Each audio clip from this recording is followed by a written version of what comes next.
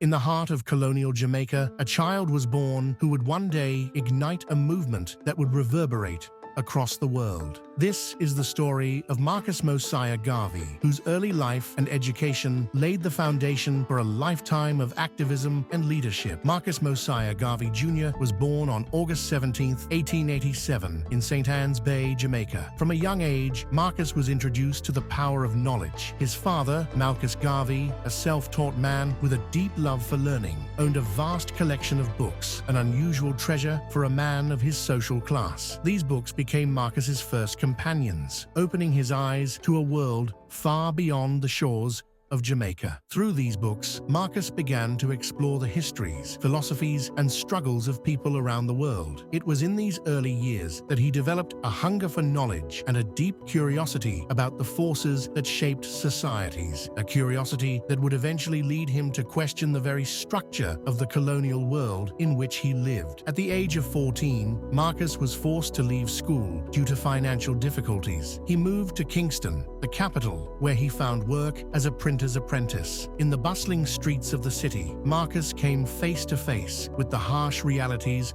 of colonial life, the glaring disparities between the rich and the poor, the systemic racial discrimination, and the struggles of the working class. In 1910, Marcus joined the National Club, Jamaica's first nationalist organization, becoming its first assistant secretary. It was during this time that Marcus began to understand the power of the printed word. Working as a printer, he not only honed a craft, but also gained access to a wide array of newspapers and pamphlets. He devoured the writings of prominent black leaders and thinkers, and soon his workplace became a hub for discussions about race, politics, and the possibilities for change. The city of Kingston became a classroom for the young Garvey, where he observed the struggles of his people and began to question the social order, the exploitation of black laborers, the lack of opportunities for people of African descent, and the pervasive sense of hopelessness weighed heavily on his mind. It was in this environment that Marcus's ideas about black pride, unity, and self-reliance began to take shape. In these early discussions, Marcus's vision started to crystallize. Influenced by the works of leaders like Booker T. Washington, Marcus began to advocate for the upliftment of black people through education, economic independence, and the reclaiming of their cultural identity. But how would a young man with limited resources turn these ideas into a global movement?